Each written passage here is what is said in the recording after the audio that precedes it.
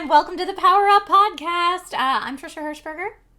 I'm Maude Garrett, aka a potato right now, because I have a feeling everyone is using so much internet, even though I've just upgraded to the best internet money can buy. It's still not cutting it right now, and I'm not sure why, but don't worry, I've got beautiful red lips on. That's enough for me right now. You know what? It's so true. On paper, Maude has way better internet than I do. And so we have spent so much time troubleshooting, but hopefully, it has to be the internet. Hopefully, her internet will improve as Oh my God, you goes look so on. good, and I look so 1997 internet right now. That's so funny. I will be looking at the chat though. If you guys have any notes for me on how I can fix this, please help me. Oh God. Yeah, we've already tried all the webcam settings. We've already had her drop out of the call and come back in. We have, let's see, we've tried the resolution she sends it at, the resolution she's receiving at. Nothing else in her house is using upload at all. And my upload speed is at least 10, so. And you're hardwired in, right? You're not using Wi-Fi? Hardwired in. Ups and downs 1892. Her up speed right now is like 9. There's like some sort of like goblin that's just sucking all like the Wi-Fi and the internet like out the back of the building, and is so fat right now. Yeah, Cat Ninja and Ups and Downs. Thank you guys for driving. Cars Region says bandwidth issues somewhere. I know, and we've tried all of the things that one would think to try. So feel free to keep throwing those into chat. But welcome. If this is the first Power Up that you're here for, this is a show where Maude and I finally get to co-host a show together. And we talk about all the things we're playing, watching, and reading with, of course, questions and input from you guys here, the Twitch Dragon Riders in the chat live, and the Geek Bombers from Patreon and youtube.com/geekbomb. Yeah, there's a bunch of stuff happening. We alternate weeks with a guest. So when we're not doing a guest week, Amy comes in, delivers us a bunch of news that's happening under PWR, playing, watching, reading. And then we get stuck into a lot of questions, and we dive deep into what it is that we are playing, watching, reading, and ask you to do the same. Amy, do we get this started so I can look smaller and less pixelated? Let's do it! Woo! Yeah! Yes! Okay, so let's just get started with this beautiful image right here. So this is the PS5 new DualSense controller. Those are the pictures you see on top. So Tech Radar basically made their own render of what they think the PS5 will look like, which is the photo you see down there. A lot of people were talking about the DualSense controller, what it's like. So it does have adaptive triggers, which is not, I repeat, not like the Xbox controller rumble, which is very different. So it's very predictive, and it's completely different than Switch as well. It actually has actual tension, which is so cool to hear. I think, you know, at the end of the day, the PS5 is going to be something completely different, and for the most part, I would say that people are pumped about it. How do you guys feel? I'm sorry, is that the console right there? That's what Tech Radar is thinking it's going to look like. We don't know what the PS5. That looks like a Wii Fit board. Don't step on it. No. Wii Fit was great. We loved Wii, didn't we? We did, big time. I loved it. I did like 62 days straight on that once. There are horrible gifs that exist online of me using a Wii Fit board from the early days of SourceFed Nerd. Yeah, early days of SourceFed Nerd. Because it was hot out, because it's always hot in LA in the summer, and I had on like a tank top and jeans, and Maude can attest to this. When you went in for SourceFed or SourceFed Nerd, you didn't know what you were going to be filming that day half the time. So we went in and they were like, hey, we're going to use this Wii Fit thing and do like an exercise video, and we're going to have Trisha, Meg, and Steve all play it, and we'll montage it together and whatever. So I'm in like a tank top, and of course the Wii Fit game that I'm playing involves you like bending over a ton. And so there's all these gifs of, you know, cleavage and stuff, me bending over on a Wii Fit. And that's what I think of every time I see a Wii Fit now. You're like, perverted people on the internet. I couldn't eat a banana once. I couldn't dance in the live stream without it all being made into GIFs. And whoever did it, I had a word with you, and I tried to get them taken down because I hate being sexually objectified. So thanks for that. Yeah. But back to the PS5 controller and more perverted people on the internet. Did you see the way that I saw it on Reddit where someone's like, PS5 controller, but make it like, you know, perverted. And so someone did an anime drawing, and now I can't unsee it. But the sides of the controller are a woman's legs, and she's bending over. Oh, I did not see that. I saw someone using it, kind of comparing it to a device one might use for self-love. I did see that. I just look at it and I think, wow, that looks a lot like an Xbox controller. It does also come in black, and I actually like the black design more than I like the white design when I'm looking at the two of them. But I'm more of a PC gamer than a console gamer anyway, so I feel like my opinion is not as weighty as one who's like a diehard PlayStation person. I actually don't like the PlayStation controllers so much. I like that I don't know how to say it. The Xbox has one up and one lower, and that just feels easier to handle. Mm-hmm. I grew up with Nintendo 64, and I find that Xbox is the easier transition to make. So the fact that this is more Xboxy is really, really good for me. I prefer Xbox in so many ways when it comes to the interface.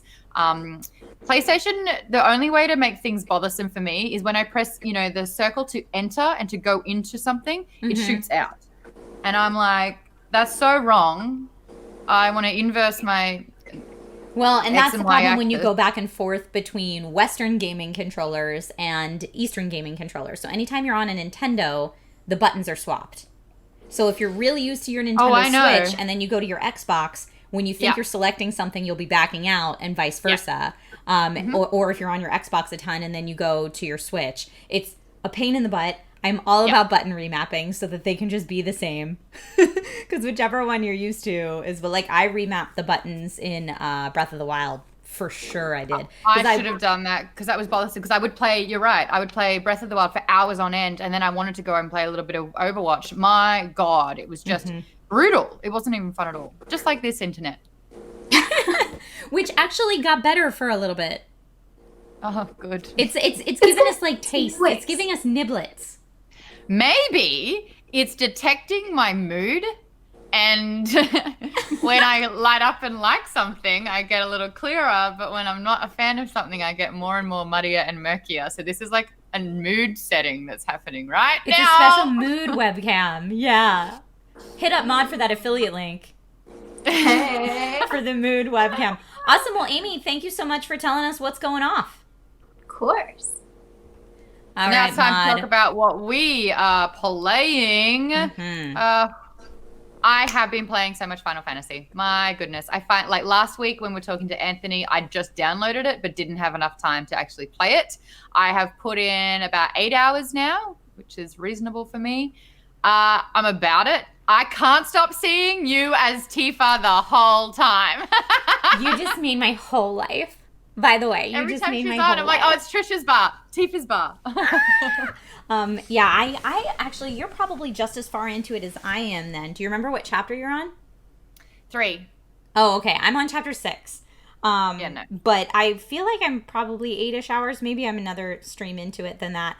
Because I really only get a chance to play games while I'm streaming. And I've been streaming the whole thing dressed as Tifa. So every time I stream Final Fantasy, I'm dressed as Tifa. And on Easter, it was Easter, so I got bunny ears to like wear with my family for Easter morning. So I put on the bunny ears with Tifa, and the Tiefster bunny is now a thing that is continuing because it's hilarious and weird. And I think people scrolling on Twitch are like, what is even happening here? And like so many new people have tuned into my stream because of the Tiefster bunny. Wow, that's cool, man. It's very, very funny. And honestly, my hair, like, because I have a different texture hair than Tifa does, I would either need to wig to do it correctly. I usually do like a little fake pinned up bang to kind of get that look, but it's not the, wispy bangs like she has. But for whatever reason, when I put on the bunny headband, it makes it look more like her hair. Like it like helps hide that my hair is not the right texture. So it's perfect. But yes, I have also been playing a crap ton of Final Fantasy VII. I'm absolutely loving it. What combat style are you playing as, Maude? So that's the thing. I think I prefer not Punisher mode because he's so slow. And I'm heavily using fire spells, but also going through his abilities. So I'm just like hack and slashing real bad, which is not good for gameplay. In the beginning, when you got to choose classic, easy, or normal, do you remember what you picked? Oh, yeah, I picked normal. Okay, so that's what I'm playing on too.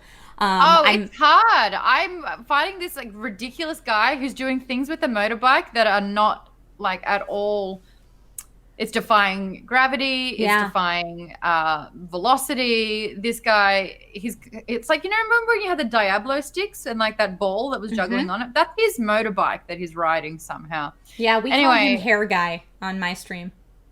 Oh, because he's got like short at the top, long at the back, He's right? got like the bouffant. Are you talking about bouffant motorcycle guy? I mean, how many motorcycle guys are there? There's some motorcycle guys. Oh my God. This is, the guy with the hair, the cocky attitude, and he flips like the guitar, he flips it around like it's a guitar on his body. Yeah, I think that's bouffant hair guy, also known as mullet guy. Yes, thank you. Mullet guy in chat. Yeah.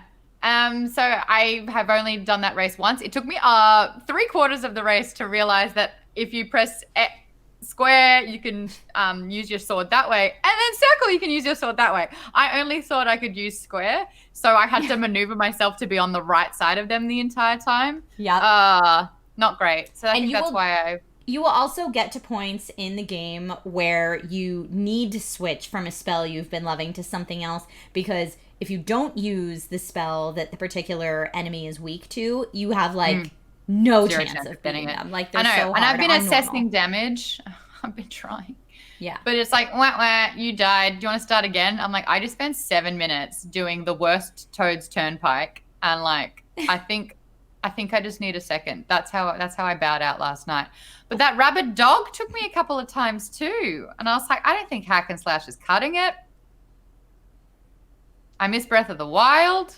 Yeah. Well, I'm interested to hear, and if anyone in chat right now is playing on classic, on the classic combat style, I think all that does is it does all the hack and slash and blocking for you until the ATB gauge is filled enough for you to then execute a command.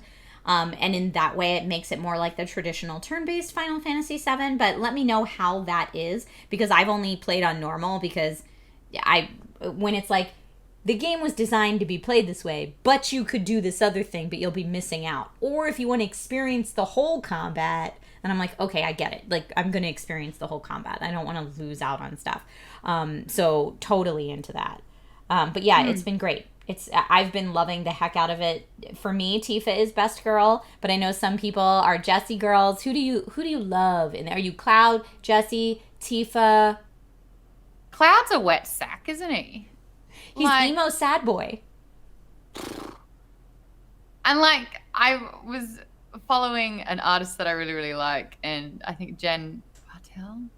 I really like her, but haven't committed her name to memory yet. She was saying that there is no way that a guy with that size arms could lift that sword. And now I can't unsee it. Like, even darts, I'm like, can he even throw the dart without hurting his arm? To be honest, no one that doesn't have superhuman powers could lift the Buster Sword. Like, in real life, if we're talking about it, I think the YouTube channel Man at Arms built one once, and I think there was, in fact, there might even have been a Because Science about it. Cool. But the Buster Sword, like, how much? Gigantic. Like what it would minimum weigh in pounds, kind of thing. Like, it has to be like 180 minimum. Yeah, the Buster Sword is crazy huge. And I do think Cloud is cut and would be able to lift a big sword, but I don't think anyone could lift that one, not even Barrett. KK got it going on, says, I love me emo Cloud. See, people love emo Cloud. He's sad boy. And yeah, I don't mind emo Cloud. I think it's funny. I'm not a fan. I mean, what I actually find bothersome is that, like, half the slums are treating Tifa like not great. Not like great. Objectifying her, but then she receives it as everyone's being so sweet to me. And when she couldn't win Cloud over at the bar, she like tried extra hard to get him to like her.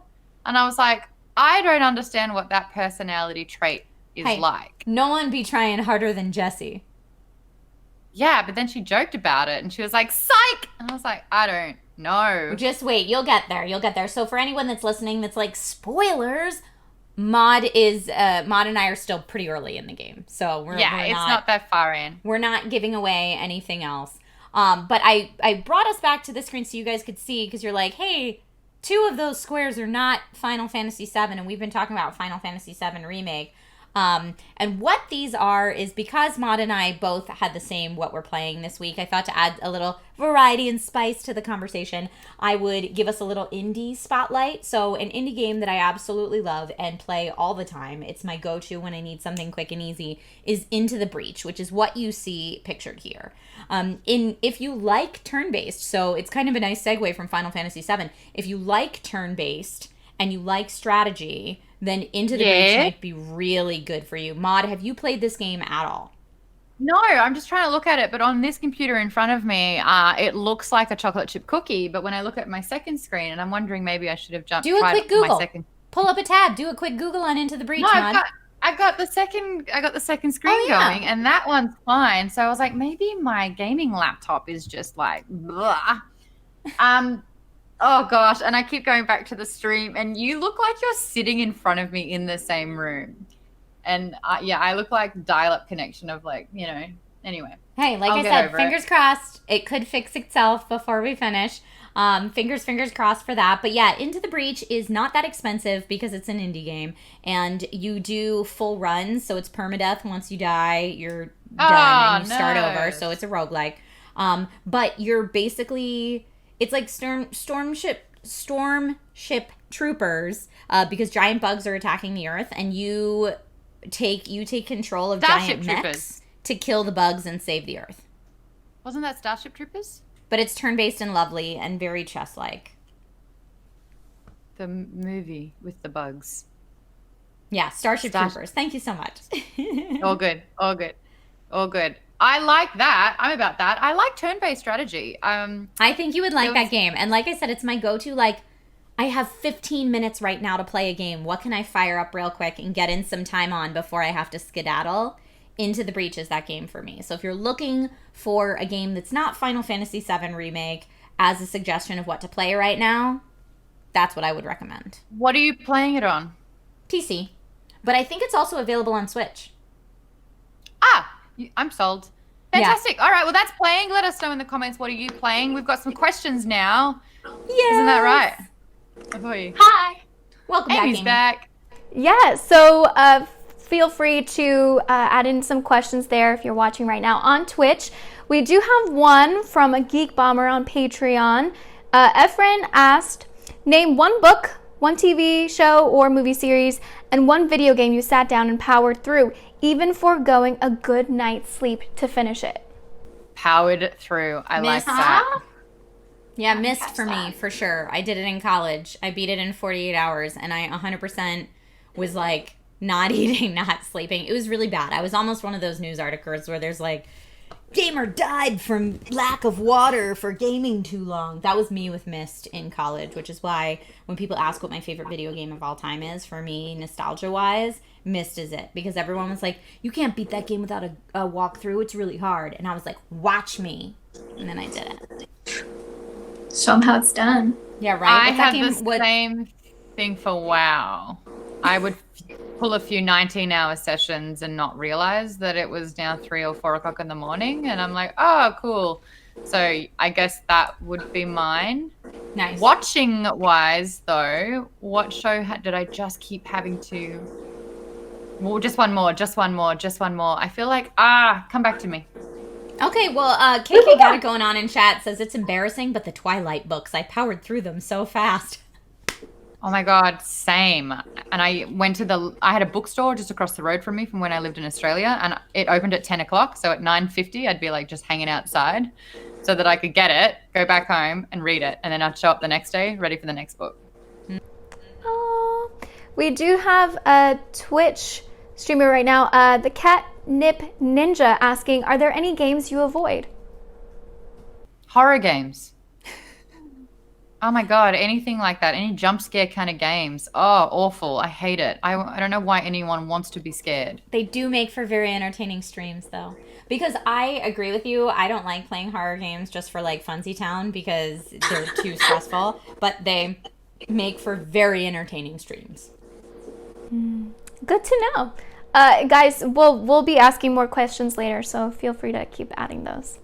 Awesome. Thank you, Amy. Is playing, though.